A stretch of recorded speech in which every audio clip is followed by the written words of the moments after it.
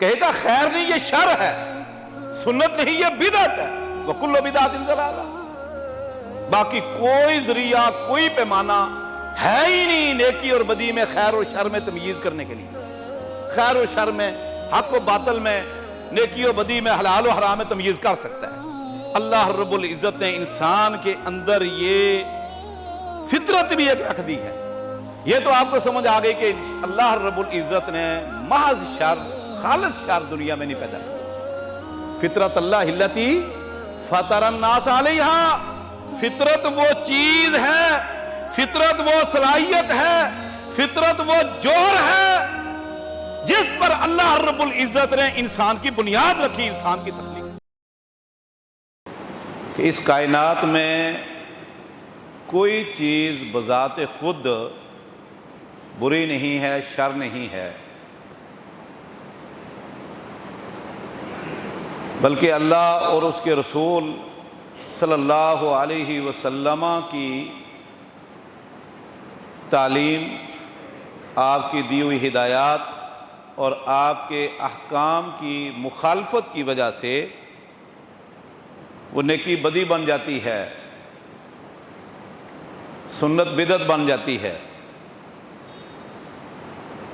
اور حق باطل بن جاتا ہے۔ وجود کے اعتبار سے، حقیقت کے اعتبار سے کوئی چیز شر نہیں۔ اس کی میں نے مثالیں بیان کی تھی کہ عبادت کی کئی اقسام ہیں۔ اگر یہ عبادت خالص اللہ کے لیے ہے تو یہ خیر ہے، اجر و ثواب کا باعث ہے، نیکی کا ذریعہ ہے۔ اور اگر اس میں ریاکاری، دکھلاوا، نمود و نمائش آ جائے تو وہی نماز، وہی تہجد، وہی لمبے لمبے سجدے، وہ صدقہ خیرات، وہ گناہ بن جاتا ہے، شر کہلاتا ہے۔ جیسے ابھی آپ نے اذان سنی، دوپہر کا وقت ہے، جمعے کا دن ہے، ابھی جمعے کے لیے آپ نے اذان سنی، خطبہ سن رہے ہیں، بعد میں 2 رکعتیں ہوں گی، پہلی رکعت میں اور دوسری رکعت میں جہری صورت، بالکل اسی طرح عیدین کی نماز ہے، عید الفطر اور عید الاضحیٰ، 2 رکعات ہیں، جہری نماز ہے، وہی صورتیں اللہ کے نبی صلی اللہ علیہ وسلم نے پڑھی، خطبہ بھی ہے لیکن اذان نہیں۔ نمازوں کے لیے آپ اذان دیتے ہو، جمعے کے لیے اذان دیتے ہو، عیدین کے لیے کوئی مسلمان اذان نہیں دیتا، اقامت نہیں ہے، حالانکہ اذان دینا ثواب کا کام ہے، خیر ہے، نیکی ہے۔ لیکن اگر آپ عیدین کے لیے اذان دیں گے تو یہ خیر نہیں، یہ شر ہے، یہ نیکی نہیں، یہ بدی ہے، یہ سنت نہیں، یہ بدعت کہلائے گی، یہ ثواب نہیں بلکہ بہت بڑا گناہ اور عذاب کا باعث ہے۔ حالانکہ اذان بذات خود گناہ نہیں ہے۔ اسی طرح آپ جنازے کے لیے اذان دیں، جنازہ بھی نماز ہے، دعائیں ہیں، سورہ فاتحہ ہے، درود ہے، دعائیں ہیں، لیکن آپ جنازے کے لیے اذان نہیں دے سکتے۔ اور اگر آپ کہیں کہ ثواب کا کام ہی ہے نا یار، اذان دینا کو گناہ ہے، اذان دینا کو جرم ہے، نیکی تو کر رہے، اذان دینا ثواب ہے، بڑی اس کی فضیلت ہے، تو لہذا عیدین کے لیے اور جنازے کے لیے دعا اگر آپ اذان دیں تو کوئی دنیا کا مسلمان، عام آدمی، عالم دین تو کجا، آپ کے اس عمل کی تائید نہیں کرے گا، اس کو سراہے گا نہیں، مذمت کرے گا، اس کو برا کہے گا خیر نہیں یہ شر ہے، سنت نہیں یہ بدعت ہے، وَكُلُّ بِدْعَةٍ ضَلَالَةٍ۔ جانور آپ ذبح کرتے ہو، گائے حلال ہے، بکری حلال ہے، کئی جانور حلال ہیں، اب اگر اس پر آپ اللہ کا نام نہ لو، اس پر صرف قبلہ رخ کر لو اور پھر ذبح کر دو اس کو قبلہ رخ کر کے، صرف بسم اللہ اللہ اکبر نہ پڑھو تو یہ حرام ہو جائے گا۔ حالانکہ بکری حلال تھی، اللہ نے پیدا کی، طیب ہے، حلال ہے، لیکن صرف آپ نے بسم اللہ اللہ اکبر نہیں پڑھا تو وہ حرام ہے۔ وَلَا تَأْكُلُوا مِمَّا لَمْ يَذْكُرِ اسْمُ اللَّهِ عَلَيْهِ، اللہ فرماتے جس جانور پر ذبح کرتے وقت اللہ کا نام نہیں لیا گیا اس کو نہ کھاؤ، حلال ہی نہیں ہے وہ۔ فَكُلُوا مِمَّا ذُكِرَ اسْمُ اللَّهِ عَلَيْهِ، فرمایا جس جانور پر ذبح کرتے وقت اللہ کا نام لیا گیا ہے اور اللہ کے لیے وہ وقف ہے، کھاؤ اس کو۔ یہ سورہ نام کی آیات ہیں۔ اب آپ کہتے ہیں جی بکری حلال ہے، قبلہ رخ بھی میں نے کر دیا، میں مسلمان ہوں، لیکن وہ جو رسول اللہ صلی اللہ علیہ وسلم نے طریقہ دیا نا وہ نہیں۔ آپ مثلا قل هو اللہ احد پڑھ لیں ذبح کرتے وقت، تو کسی مولوی صاحب سے پوچھنا کہ قل هو اللہ احد 10 پارے کے برابر ہے، تو میں ذبح کرتے وقت قل هو اللہ احد سورہ اخلاص پڑھ لوں تو کیا حکم ہے؟ علی ھذا القیاس جتنی بھی عبادات ہیں نا، جتنی بھی نیکیاں ہیں، جتنے بھی کار خیر ہیں، جتنے بھی ثواب کے کام ہیں، وہ کب ثواب ہوں گے، کب وہ خیرات کہلائیں گی؟ جب اللہ اور اس کے رسول محمد الرسول اللہ صلی اللہ علیہ وسلم کے بتائے ہوئے طریقے، آپ کے احکام، آپ کی شریعت، آپ کی ہدایات کے مطابق ہو۔ جو نقشہ اللہ اور اس کے رسول نے دیا اس نقشے کے مطابق ہوگا تو وہ قابل قبول، وگرنہ کیا وہ شر ہے۔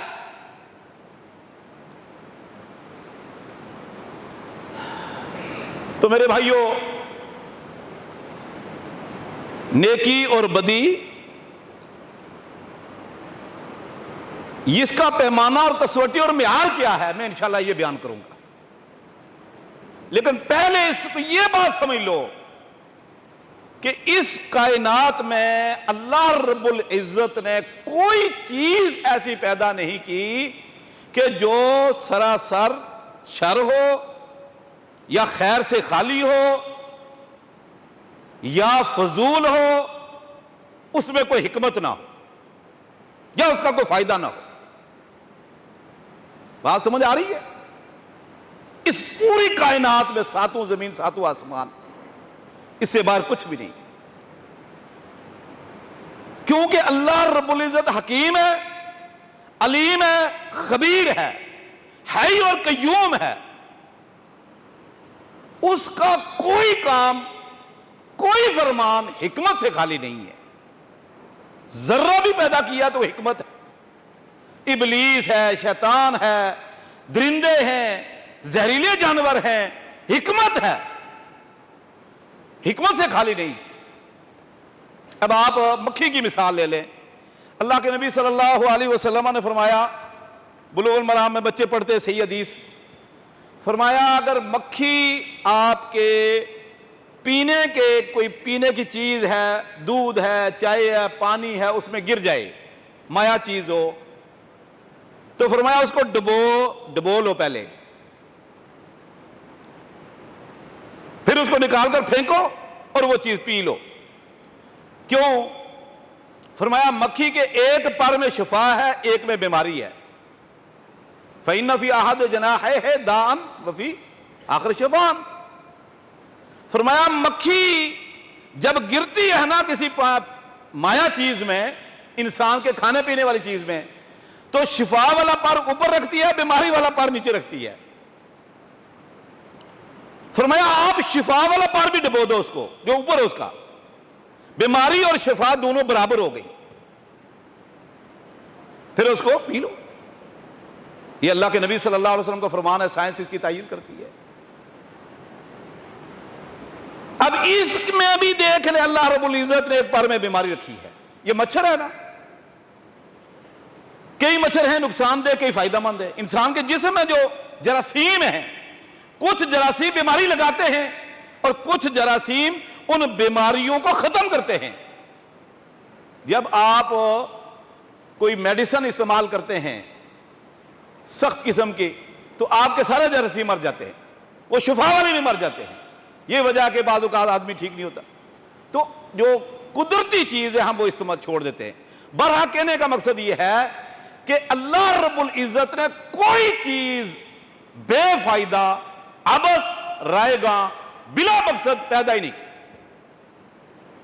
اللہ نے کوئی ایسی چیز پیدا کی ہو جو سراسر شر ہو, نقصان دہ ہو, فائدہ, ایسا نہیں ہے. شر وہ ہمارے اعتبار سے ہے. اگر سانپ بچھو اگر نقصان دے تو ہمارے لیے ہے, کتنے اس کے فائدے ہیں, اور بچھو ہمیں وہ دشمن سمجھتا ہے. کافر ہمارے دشمن ہے اور کافر ہمیں دشمن سمجھتے ہیں, کافر ہمیں دشمن سمجھتے ہیں. تو یہ ایک اعتبار سے ہے دین کی مخالفت یا دین کی حمایت. اگر وہ عمل رب کے بتائے ہوئے طریقے یا رسول اللہ صلی اللہ علیہ وسلم کی تعلیم کے مطابق ہے تو خیر ہے, دین ہے, شریعت ہے, نیکی ہے, ثواب ہے, وگرنہ وہ گناہ ہے.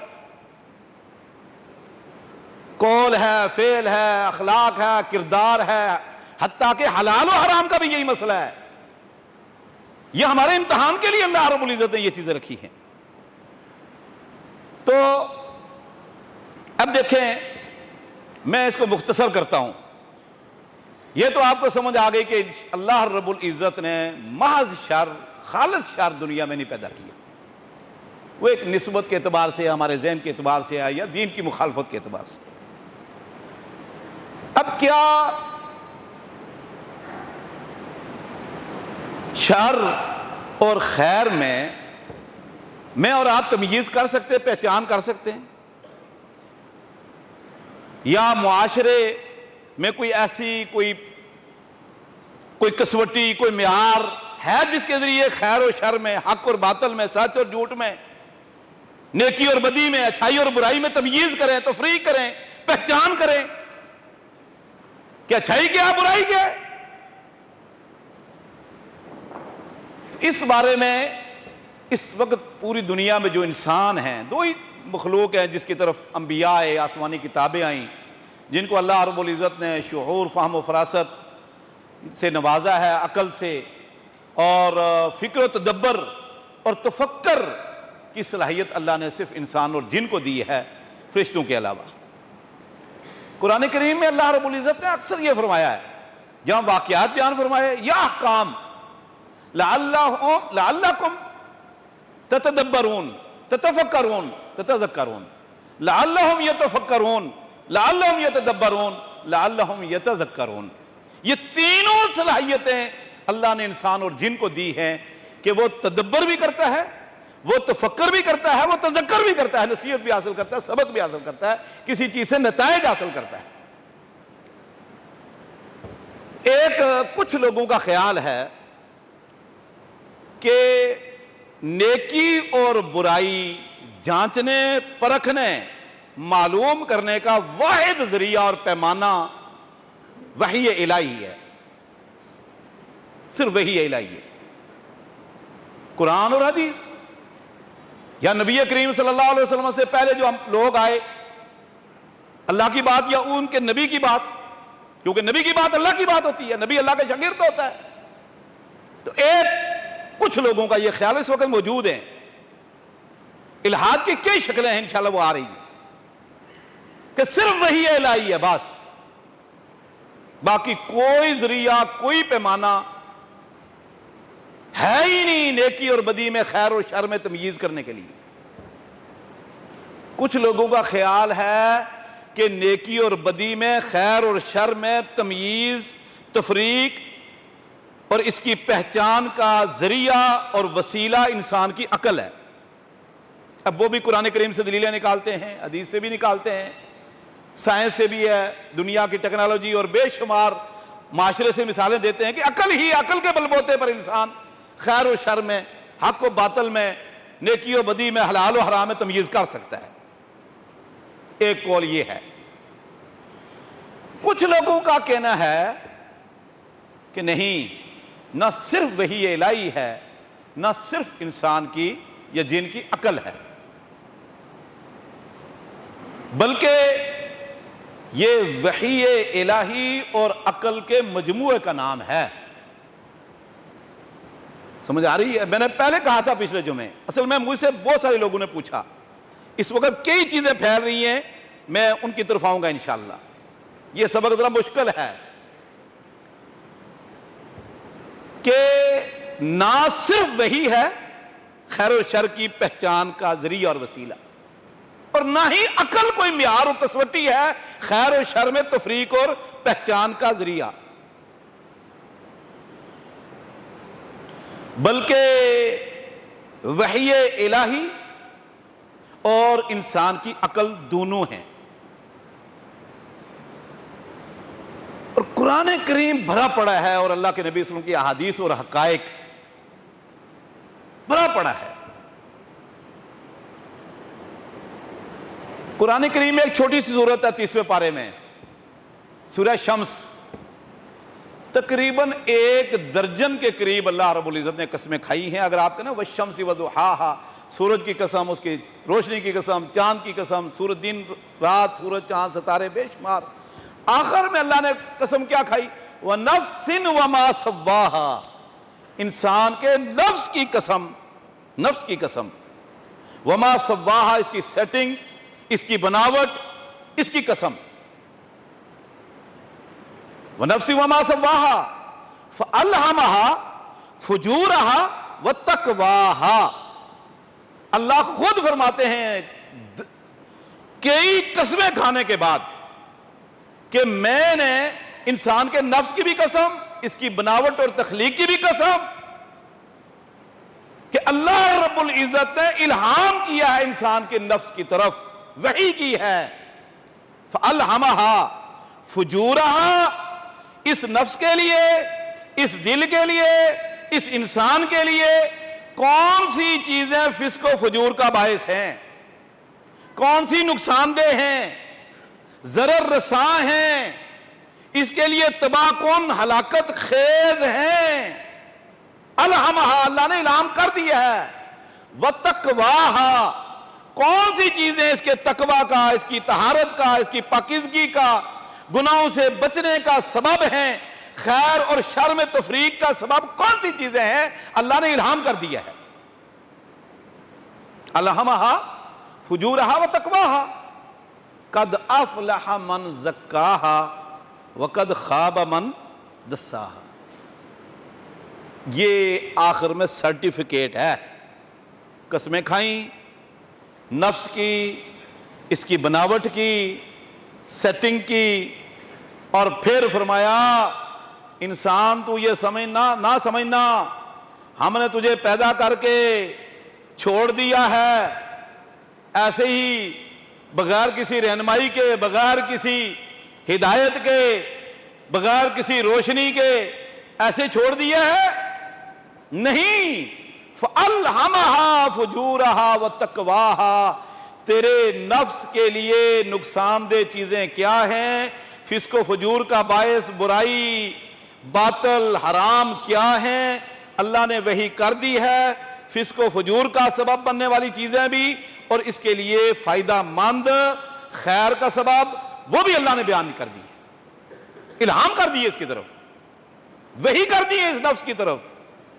وحی کی بھی کئی قسمیں ہوتی ہیں، انبیاء کی طرف وحی آتی ہے، اللہ فرماتے ہیں میں نے موسیٰ کی طرف وحی کی، اوحینا الی موسیٰ، موسیٰ کی طرف جو اللہ نے الہام کیا، وحی کی، وحی کا لفظ ہے، وہ نہیں جو انبیاء کی طرف آتی ہے، الگ ہے۔ اللہ فرماتے ہیں ہم نے شہد کی مکھی کی طرف وحی کی، اب شہد کی مکھی کی طرف بھی وحی آئی ہے، سبحان اللہ۔ اور آپ پڑھ لیں سورہ نحل، اللہ فرماتے ہیں میں نے اس کو وحی کی ہے کہ آپ نے کیسے گھر بنانا ہے، اس میں اس کی سیٹنگ کیسے کرنی ہے، کھانے کیسے بنانے ہیں، کسی کھانے میں شہد ہوگا، کسی کھانے میں بچے پیدا ہوں گے، کوئی آپ کا گھر ہوگا، پھر آپ نے کس قسم کے پھولوں سے شہد کشید کرنا ہے، جانا کیسے ہے، آنا کیسے ہے، اور پھر اس میں زہریلے پھول بھی ہوتے ہیں، ان سے بچنا کیسے ہے، پھر اس شہد کو تیار کیسے کرنا ہے، اس کو محفوظ کیسے کرنا ہے، اس کو ٹیسٹ کیسے کرنا ہے، یہ ساری باتیں اللہ رب العزت نے اوحینا الی النحل شہد کی مکھی کی طرف وحی کر دی ہیں۔ فَأَلْحَمَهَا فُجُورَهَا وَتَقْوَاهَا قَدْ أَفْلَحَ مَنْ زَكَّاهَا، آخر میں سرٹیفکیٹ دے دیا، پاس ہو گیا، کامیاب ہو گیا، من زکاہا، جس نے اپنے نفس کو، اپنے من کو، اپنے آپ کو پاک کر لیا، گناہوں سے بچا لیا۔ وَقَدْ خَابَ مَنْ دَسَّاهَا، خواب و خاسر ہو گیا، ناکام و نامراد ہو گیا۔ کون؟ من دساہا، جس نے اس کو گناہ آلود کر لیا، غبار آلود کر لیا، وہ ناکام و نامراد ہے، اور باقی سارے پاس ہے۔ تو یہاں اللہ رب العزت نے بتلایا کہ دیکھ انسان، تجھے میں نے ایسے نہیں چھوڑا،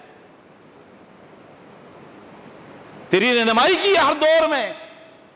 اب سورہ دہر اللہ کے نبی صلی اللہ علیہ وسلم فجر میں تلاوت کرتے تھے، پہلی رکعت میں سورہ سجدہ، دوسرے میں سورہ دہر۔ سورہ دہر کا دوسرا نام ہے سورہ انسان۔ هل اتى على الانسان حين من الدهر لم يكن شيئا مذکورا، فرمایا انسان پر ایک ایسا وقت بھی آیا، ایسا دور بھی آیا، لم یکن شیئا مذکورا، اس کا ذکر تک نہیں تھا، تصور تک نہیں تھا اس انسان کا۔ یہ کس چیز پر فخر کرتا ہے، کس پر اترا رہا ہے؟ لم یکن شیئا مذکورا۔ پھر ہم نے اس کو من نطفۃ نمشاج نبتلی، پھر ہم نے اس کو نطفہ سے یخرجو، جیسے قرآن کریم تیسرے بارے میں، یخرجو من بین صلب والترائب، یہ مرد کی پیٹھ عورت کے سینے سے کشید ہو کر نکلتا ہے، من نطفۃ امشاج، مکس ملا ہوا۔ یہ دونوں کی آمیزش، دو انسانوں کی آمیزش سے ہم نے اس پانی کے قطرے سے اس کو پیدا کیا، نبتلی ہی، اس کو پھر آزمائیں گے، اس کا امتحان لیں گے، اس کا انٹرویو ہوگا، محاسبہ ہوگا، ایسے نہ کہ ایسے پیدا ہو گیا اپنی مرضی چلاؤ۔ نبتلی ہی فجعلناہ سمیعا بصیرا، ہم نے اس کو سمیع اور بصیر بنایا، اور ساتھ کیا کہا؟ سمیع اور بصیر بھی بنا دیا۔ سبحان اللہ، حق سننے کے لیے قوت سماعت، حق جاننے کے لیے، پڑھنے کے لیے قوت بصارت۔ انا ہدیناہ السبیلا، اب دیکھ لیں، انا ہدیناہ السبیلا اما شاکرا و اما کفورا۔ انا ہدیناہ السبیلا، راستہ ہم نے دکھا دیا ہے، راستے کی رہنمائی ہم نے کر دی ہے، راستے کی نشاندہی کر دی ہے۔ حق کیا ہے، باطل کیا ہے، خیر کیا ہے، شر کیا ہے، نیکی کیا ہے، بدی کیا ہے، سچ کیا ہے، جھوٹ کیا ہے، حلال کیا ہے، حرام کیا ہے، سنت کیا ہے، بدعت کیا ہے، دین کیا ہے، اور باطل کیا ہے۔ انا ہدیناہ السبیلا، ہم نے سب کچھ بتا دیا ہے، اما شاکرا و اما کفورا۔ اب راستے کی نشاندہی، راستے کی پہچان کی صلاحیت آپ کو ہم نے عطا کر دی، اب تیری مرضی ہے، اما شاکرن، چاہے تو رب کا شکر گزار بن جا، دین پر عمل کر، صراط مستقیم پر چل، اما کفورا، اب تیری مرضی ہے، پگڈنڈیوں پہ چڑھ جا، گناہ کا راستہ اختیار کر، دین کو چھوڑ کر باطل کو لے لے، اختیار اللہ رب العزت نے تجھے دیا ہے۔ بہرحال یہ نہیں کہ اللہ رب العزت نے ہمیں پیدا کیا اور اختیار نہیں دیا، فری ول نہیں، نہ، بہت آزادی، بہت فری ول، بہت اختیارات، لیکن مکمل بے لگام بھی نہیں چھوڑا۔ علی بن ابی طالب رضی اللہ تعالیٰ عنہ سے کسی نے پوچھا کہ انسان اللہ کی تقدیر کے آگے مجبور ہے کیا؟ کوئی اللہ نے اختیار بھی دیا کچھ؟ کہ بالکل ہی مجبور ہے، بس پیدا ہو گیا تو سارا کچھ ہی اللہ جو کرے گا وہی ہوگا، اس کے پاس تو اختیار ہی کچھ نہیں۔ فرمایا اپنا پاؤں اٹھاؤ، کھڑا تھا بندہ، ایک پاؤں اٹھا لیا، میں دوسرا اٹھاؤ، کہا نہیں بھی گر جاؤں گا، کہا بس اتنا اختیار اللہ نے دیا ہے،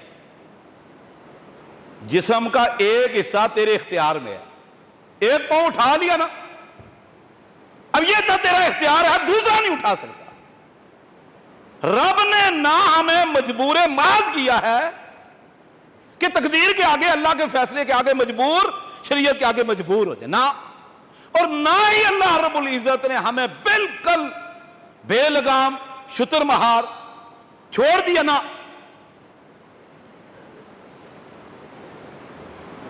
اللہ اکبر۔ میرے بھائیوں، سورہ مومنون میں اللہ رب العزت نے کیا فرمایا ہے؟ اللہ فرماتے ہیں کیا انسان یہ سمجھا بیٹھا ہے کہ ہم نے عبث پیدا کر دیا اللہ انسان کو، فضول پیدا کر دیا؟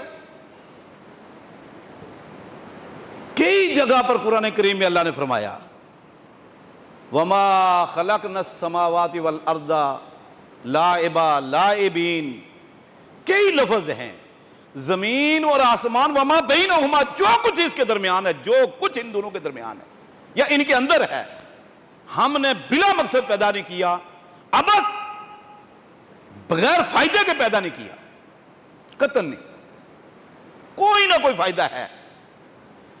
تو اِنَّا هَدَيْنَاهُ السَّبِيلَ اِمَّا شَاكِرٌ وَإِمَّا كَفُورًا، راستہ دکھا دیا، یہ نہیں کہ پیدا ہو گیا تو رہنمائی کوئی نہیں کی،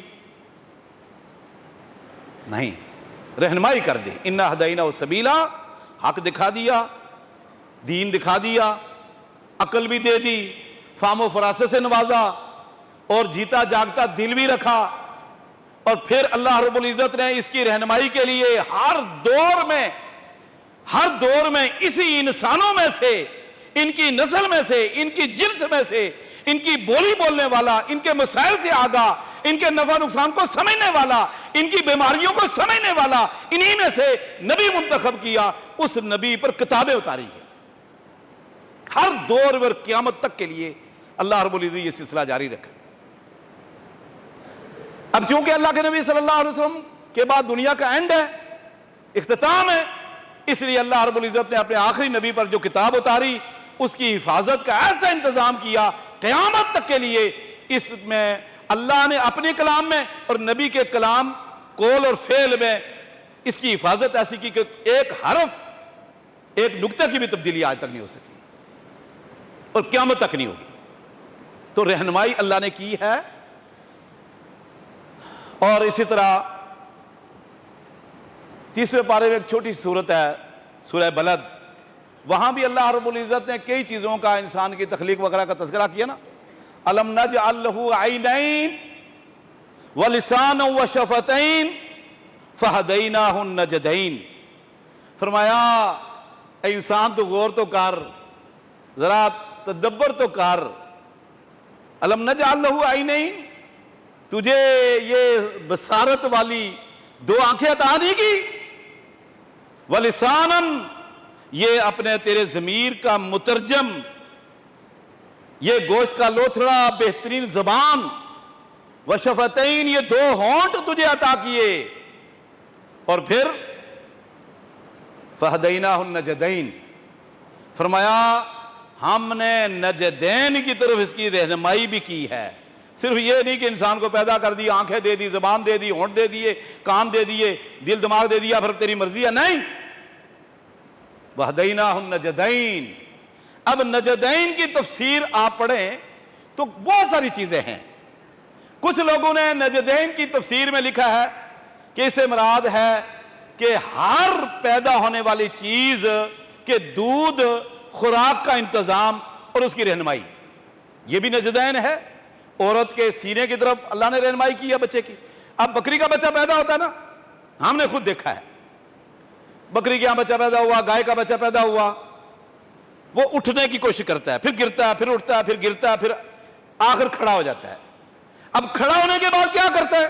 آپ کبھی غور کریں، کھڑا ہونے کے بعد وہ اپنی ماں کے دودھ کے خزانے کی طرف جاتا ہے جہاں رب نے اس کی خوراک کا انتظام کیا ہے۔ اب کس نے اس کو بتایا؟ یہ ابھی دنیا میں آیا ہے، اس کو چند منٹ ہوئے یا 1 گھنٹہ ہوا ہوگا۔ اب کس نے بتایا کہ تیری خوراک کہاں ہے، تیری زندگی کا انتظام کہاں ہے؟ یہ ہدیناہ النجدین، وہاں گیا ہے، وہاں سے اپنی خوراک حاصل کی ہے۔ یہ اللہ نے رہنمائی کی ہے، حیوان کو بھی اللہ نے مطلق نہیں چھوڑا۔ اور یہاں نجدین سے مراد 2 چیزیں ہیں، حق اور باطل، خیر اور شر، نیکی اور بدی، حلال و حرام، دین اور بے دینی، سنت اور بدعت، توحید اور شرک، یہ ہے نجدین سے مراد۔ آپ عبدالسلام بن محمد حافظہ اللہ تعالیٰ بوٹوی صاحب کی تفسیر پڑھے، دیگر تفسیریں پڑھے، ہدیناہ النجدین، ان دونوں چیزوں کی طرف ہم نے رہنمائی کی۔ یہ صراط مستقیم ہے، یہ غیر صراط مستقیم، یہ جنت جاتا ہے، وہ جہنم جاتا ہے۔ دونوں راستے اللہ نے دکھا دیے، دونوں طریقے بتا دیے، خیر و شر کی رہنمائی اللہ نے کی ہے اور الہام بھی کر دیا۔ کئی جگہ پر قرآن کریم کے اندر اللہ رب العزت نے ان چیزوں کا تفصیل سے تذکرہ کیا ہے کہ انسان کو ہم نے مطلق نہیں چھوڑا کہ ایسے ہواؤں میں بھٹکتا پھرے، اپنی مرضی چلاتا پھرے، نہیں، ہر دور میں اللہ رب العزت نے الہام بھی کیا ہے۔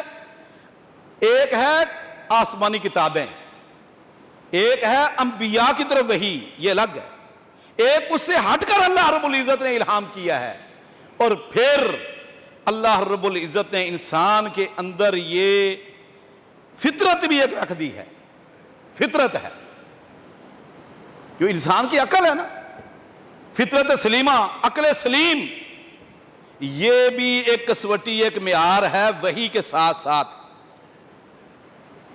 رسول اللہ صلی اللہ علیہ وسلم نے فرمایا، بخاری مسلم کی حدیث ہے، کل مولود یولد علی الفطرہ فابواہ یحودانہ او ینصرانہ او یمجسانہ، ہر بچہ، ہر انسان اور جن کا بچہ پیدائشی طور پر تخلیق کے اعتبار سے، فطرت کے اعتبار سے وہ مسلمان ہوتا ہے،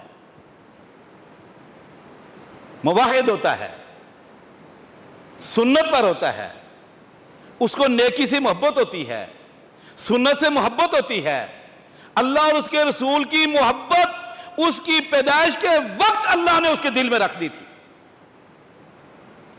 توحید اور شرک میں تفریق اور تمییز کی صلاحیت اللہ نے اس کی فطرت بذات طبیعت بناتے وقت اندر رکھ دی تھی۔ جیسے انسان گرم میں اور ٹھنڈے میں تفریق کرتا ہے نا، گرم کیا ہے، ٹھنڈا کیا ہے، بہت ساری چیزیں انسان فطرت سے معلوم کرتا ہے۔ تو فرمایا کل مولود یولد علی الفطرہ فابواہ یحودانہ، اب پیدائشی بچہ مسلمان ہے، پوری دنیا کے انسانوں کے ہاں، پوری دنیا کے جنوں کے ہاں۔ فرمایا اب اگر ماں باپ یہودی ہیں اس کو یہودی بنائیں گے، ماں باپ عیسائی ہیں عیسائی بنائیں گے، ماں باپ اگر ہندو ہیں، مجوسی ہیں، سکھ ہیں، اس کو سکھ بنائیں گے۔ اور جامع ترمذی میں یشرکانہ، ماں باپ اگر مشرک ہیں بچے کو مشرک بنائیں گے، بچے کو بتائیں گے بیٹا بولو، عیسائی کہے گا بولو یا یسوع مسیح کہو، اب بیٹا کہتا ہے یا اللہ، کہتے نہیں یا یسوع مسیح کہو۔ سمجھ آ رہی ہے؟ عیسائی اپنے کا کہے گا، مشرک اپنے بھگوان کا کہے گا، کلمہ کو مشرک کہے گا نہیں بولو یا غوث مدد، دوسرا کہے گا بولو یا علی مدد، بچہ کہے گا نہیں یا اللہ۔ ایک لطیفہ میں نے ایک جگہ واقعہ پڑھا کہ ایک جو سکول وین کا جو ڈرائیور تھا جو بچوں کو پک اینڈ ڈراپ کرتا، وہ عیسائی تھا۔ ایک مرتبہ اس نے کہا کہ یہ مشنری ذہن کے ہوتے ہیں یہ لوگ، تو ایک مرتبہ اس نے گاڑی راستے میں لے جا کر بند کر دی اور بچوں کو بولا کہ بیٹا یہ گاڑی تو بند ہو گئی ہے، اس کو دھکا لگاؤ۔ اب بچے، اسکول کے بچے، چھوٹے موٹے بچے بچیاں ہیں، دھکے لگا رہے ہیں، گاڑی سٹارٹ نہیں ہو رہی. بولا بولو یا اللہ مدد، یا اللہ مدد کہا، نہیں گاڑی سٹارٹ ہوئی. اچھا بچے خود ہی یا اللہ مدد کہہ رہے تھے، یا اللہ، سٹارٹ ہی نہیں ہو رہی. بولا آپ یا اللہ کر رہے ہو، نہیں سٹارٹ ہو رہی. اچھا جی، پھر دھکا لگایا. تھوڑی دیر بعد کہا بیٹا اب بولو یا یسوع مسیح. بچوں نے دھکا لگایا یا یسوع مسیح، تو گاڑی سٹارٹ ہو گئی. اس نے آئل بند کیا ہوا تھا سب. جو ہی یا یسوع مسیح کہا نا، اس نے سٹارٹ کر دی گاڑی، جان بوجھ کے بند کی ہوئی تھی. بٹھا کے بولا دیکھو بیٹا، اب تم نے یا اللہ اللہ مدد کر، اے اللہ مدد کر، اللہ نے مدد نہیں کی. تو دیکھو یا یسوع مسیح آپ نے کہا، گاڑی سٹارٹ ہو گئی. دیکھو بس خاموش ہو گیا. یعنی بچوں کو میسج مل گیا کہ اللہ کچھ نہیں کر سکتا، یسوع مسیح سب کچھ کرتا ہے. میں ممبر پر ہوں اس وقت، مسجد کے اللہ کے گھر میں ہوں.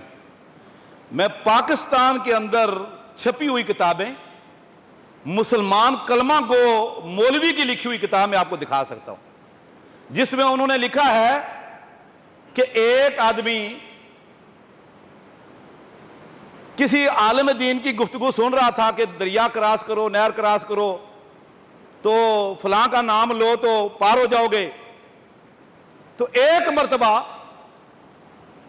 وہ نہر کراس کر رہا تھا، کوئی تختہ یا کوئی یہ جائے نماز بچھا کر کوئی چادر، تو اس کو سبق پڑھا تھا. تو انہوں نے کہا یا جنید یا جنید یا جنید. وہ کراس کر جاتا تھا یا جنید کہتے ہوئے. ایک مرتبہ اچانک اس کے منہ سے نکلا یا اللہ، تو وہ ڈوبنے لگ گیا. جو ہی ڈوبنے لگا تو اسے خیال آیا کہ اللہ کے بندے، مجھے تو یا جنید کا سبق پڑھایا گیا ہے کہ یا جنید. مشکل بنی تو کیا ہوا، مشکل کشا تو ہے. سر پہ کی بنی تو کیا ہوا، سر پہ خدا تو ہے. یعنی مشکل کشا کوئی اور ہے. بگڑی بنانے والے کون ہیں؟ یہ قوالیاں سنی ہوگی آپ نے. ہم تو زبان پر لانا برداشت نہیں کرتے ایسے جملے جو اللہ اور رسولوں کی توہین پر ہوں. اب وہ کہتا ہے یا جنید کیا کہا اس نے، تو وہ تیرنے لگ گیا دوبارہ. یہ باقاعدہ کتابیں پاکستان میں چھپ رہی ہیں، ان میں اس طرح کی ایک نے کئی واقعات لکھے ہیں. تو اللہ کے نبی صلی اللہ علیہ وسلم نے فرمایا ہر بچہ پیدائشی مسلمان ہوتا ہے، خیر پر ہوتا ہے، دین پر ہوتا ہے، توحید پر ہوتا ہے، سنت پر ہوتا ہے. فَأَبَوَاهُ يُحَوِّدَانِهِ او يُنَصِّرَانِهِ او يُمَجِّسَانِهِ او يُشْرِكَانِهِ. جامع ترمذی کے یہ لفظ ہے او يُشْرِكَانِهِ. اللہ، یہ فطرت ہے. یہ کیا ہے؟ فطرت. یہ مزاج، یہ طبیعت ہے. قرآن کریم میں اللہ فرماتے ہیں فطرت اللہ التی فطر الناس علیہا. فطرت وہ ہے جس پر اللہ رب العزت نے انسان کی تخلیق کی ہے. فطرت اللہ التی فطر الناس علیہا. فطرت وہ چیز ہے، فطرت وہ صلاحیت ہے، فطرت وہ جوہر ہے جس پر اللہ رب العزت نے انسان کی بنیاد رکھی، انسان کی تخلیق کی. یہ اللہ رب العزت نے انسان کے اندر رکھ دی ہے. خیر و شر، نیکی اور بدی میں تمییز کرنے کی صلاحیت. اللہ دین کو سمجھنے، اس پر عمل کرنے کی توفیق دے.